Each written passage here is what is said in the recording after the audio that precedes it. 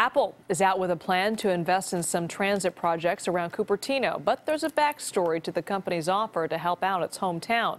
KPIX 5's Wilson Walker is live in Cupertino with why Apple may be more willing to pitch in these days. Wilson?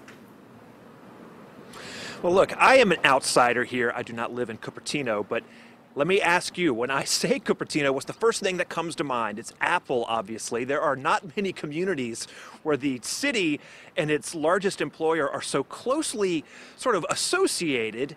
And there is a little discussion going on in Cupertino right now that might shed a little light on the complexity of that relationship. I would prefer that it goes to schools because I know that Cupertino Union School District is not one of the best funded schools. Well, that is just one take on Apple's plan to spend nearly $10 million on pedestrian and bike lane improvements in its hometown of Cupertino.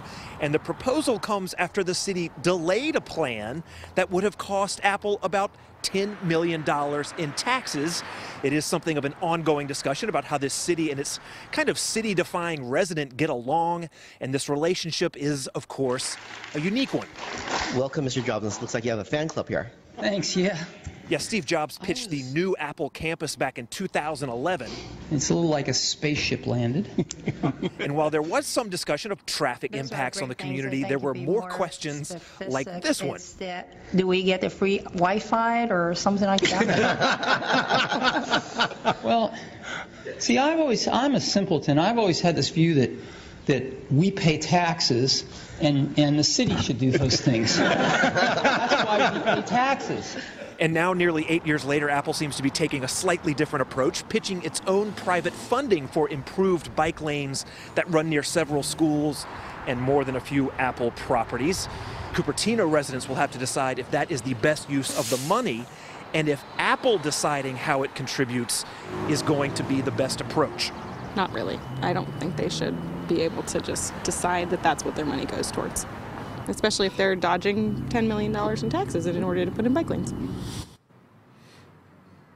We're going to put a 12,000 person office complex in your city.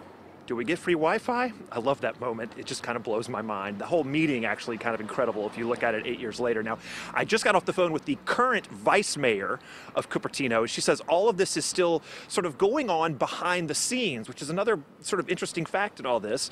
The city and Apple sort of negotiating amongst themselves as to whether or not they can reach an agreement on how private funding will sort of assuage the need for additional taxes on Apple. It is an interesting situation, to say the least. Cupertino residents can decide how this works for them. Should that money be going to bike lanes? Traffic is one of the concerns expressed by some of the city council members. So this all just getting started, but again, the interesting relationship between Cupertino and Apple. We are live in Cupertino. Wilson Walker, KPIX 5.